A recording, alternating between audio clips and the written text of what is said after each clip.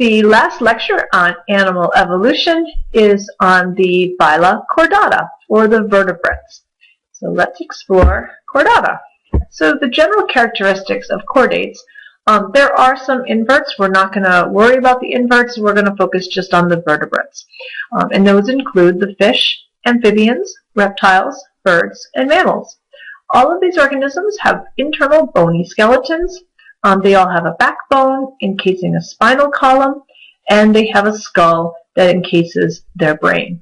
So this is an example of a chordate. They all have a hollow dorsal nerve cord, what we call a notochord, a postanal tail, or a tail that extends beyond their anus, and they have pharyngeal pouches. So what do these become? The notochord becomes the vertebrae in your body. The hollow dorsal nerve cord becomes your brain and your spinal cord. The pharyngeal pouches become parts of your ear or gills if you are in the fish group. And the postanal tail becomes a tail or a tailbone in the case of us. So this is your first baby picture. Okay, so if we start with the fish are vertebrates. They've been around 450 million years, and so some of their characteristics, they have a bony or a cartilaginous skeleton. If we look at skates and rays and sharks, they have cartilaginous skeletons, and the rest of the fish have the bony skeletons. They have jaws, meaning the lower jaw that can clamp down with their upper jaw. They have paired appendages, in this case fins, on either side of their bodies. And they have scales to protect them. And for body function, they have gills for gas exchange. They have a two-chambered heart. And what that means is that the blood goes to the body under low pressure. So if we have our heart here, they have just two chambers. We have four chambers. You may have learned in health class. So the blood gets pumped from the heart to their gills. And in their gills is where gas exchange is going to occur. So the blue is representing deoxygenated blood, and the red is representing oxygenated blood. So the blood leaving the gills is oxygenated, but it lost its pressure when it was broken down into these smaller and smaller and smaller capillaries. So it goes to the body under low pressure, gas exchange occurs, and so now we have our deoxygenated blood that's going to go back to the heart to get pumped to the gills.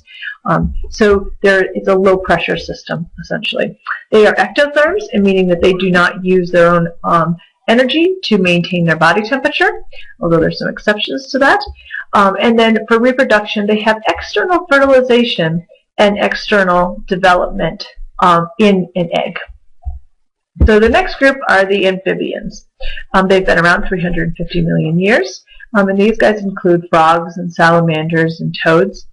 So the characteristics of these guys is that they have legs. These are tetrapods, so they can walk on land. They have moist skin, so they have to stay in a somewhat moist environment. They can't live out in a hot, dry environment. And they have organs for their different body systems. So they have lungs for gas exchange, and their lungs work on a positive pressure system. In other words, they have to gulp air, where our lungs are actually a negative pressure system. They can also do some diffusion through their skin for gas exchange. They have a three-chambered heart, which is an improvement on the fish in that the heart pumps the blood to the body, so it's under pressure when it's going to the body. So if we look at the heart here, we have the blood coming from the body, and it's deoxygenated. And then it's going to get pumped to the lungs. And again, we're going to lose pressure as it breaks down into these smaller and smaller capillaries. Gas exchange is going to occur. The oxygenated blood then returns to the heart to get pumped to the body. And so it's going to the body under pressure. The problem here is it's a three-chambered heart. So it has two receiving chambers. It receives blood from the body over here, and it's receiving blood from the lungs over here. Down here, what we call the ventricle, is shared. So there's no division between these. And so the oxygenated blood and the deoxygenated blood can actually get mixed at this point. So it makes it a little less effective. They're ectotherms, meaning they don't use their own energy to maintain their body temperature. And reproduction, they have to go back to the water for reproduction. And so we see external fertilization and external development in an egg. They also undergo metamorphosis. So they're born as a tadpole, and they're aquatic. They have a tail here, and then over time that tail gets absorbed, they develop legs, and they move on to land. Okay, the next group are the reptiles, and they've been around 350 million years. So these include the dinosaurs, the turtles, lizards, snakes, alligators, crocodiles. So these guys have dry skin, so they can live in dry environments. They have scales for protection, some of them have armor, and they have lungs for gas exchange, and they actually breathe under negative pressure, kind of like us. So what they do is they increase their thorax, the space in their chest cavity, and that pulls air in rather than pushing air in like the frogs where they gulp air. They have a 3-chambered heart, but we start to see in the crocodile a full 4-chambered heart, and actually my picture here is a 4-chambered heart. So here we have a complete separation of the oxygenated and deoxygenated blood. Some of these guys have a partial septum, and some of them have no septum, depending on which group. This is kind of a hodgepodge of organisms. The reproduction, we're starting to see internal fertilization. So now they have to find a partner, and we're going to see them cooperating, and so fertilization actually takes place internally. However, the development of the egg may occur internally in some groups, but it also can be external. So they may have internal fertilization, and then the egg is laid, and the development takes place outside of the body in the egg. They have an egg kind of like a chicken, however, in a lot of the same parts. However, it has like a leathery shell, so it's more flexible than the shell that we see in chickens. Okay, the next group are the birds, and they've been around 150 million years. So these guys have feathers, and they have wings, and they can fly. They also have thin, hollow bones, and this helps them in flight. It makes the bones lightweight. They have very efficient lungs with air sacs, and this allows them to fly at high altitudes. They have a full 4-chambered heart, which is good for gas exchange, and for pumping blood under pressure to the body. They are endotherms, meaning that they use their energy of their body to maintain their body temperature. So they're going to have the same body temperature regardless of the environment that they are in. They do internal fertilization, but they do external development. So the fertilization, the egg and the sperm meet inside of the body, but then they lay an egg, and the babies hatch out of the egg later. So this includes any of the birds you know, finches, hawk, ostrich, which they no longer fly, turkey, and so on. Okay, the last group of the vertebrates are the mammals, and hopefully you're more familiar with these guys. So these include mice and ferrets and elephants and us and whales. All of these guys have hair, and we have specialized teeth. So if you look at a reptile, they have lots of teeth, but their teeth are all the same, where we have different teeth for different functions. So some teeth for grinding, some teeth for tearing, and so on. For gas exchange, we have negative pressure. So again, we have a diaphragm that contracts and increases the size of our thorax, pulling air into that area. We have a 4-chambered heart, and we are also endotherms. For reproduction, we have internal fertilization and internal development.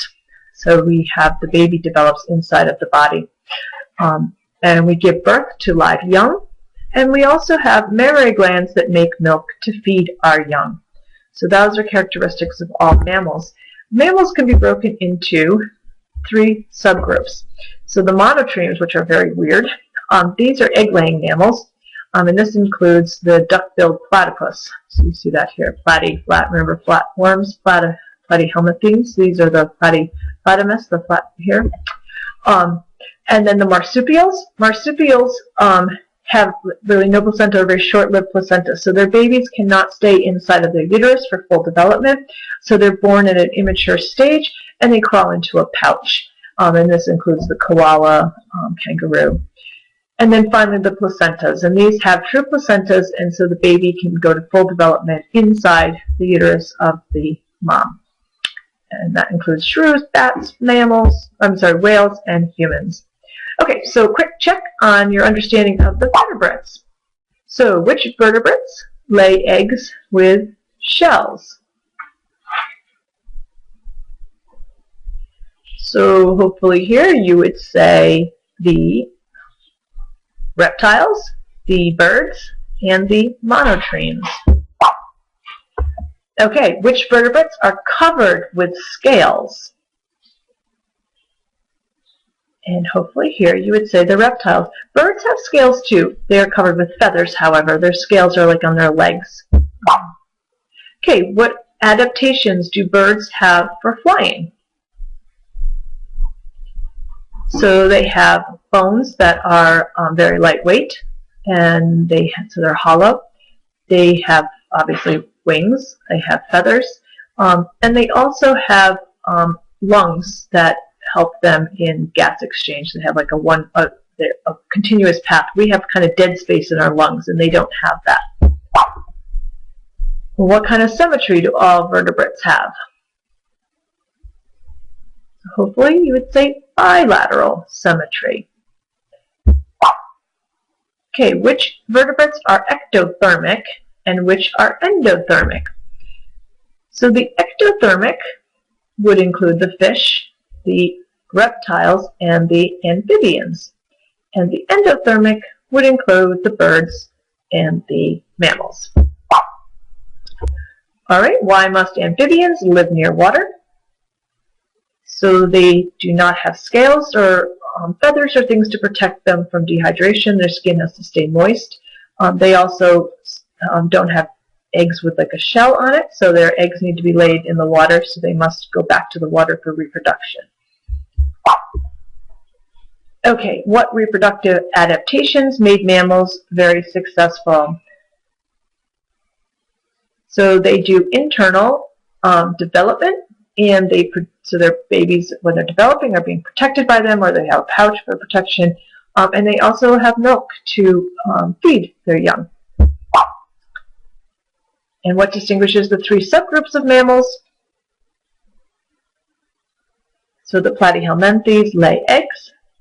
The monotremes have pouches, and the placentals have a placenta for development.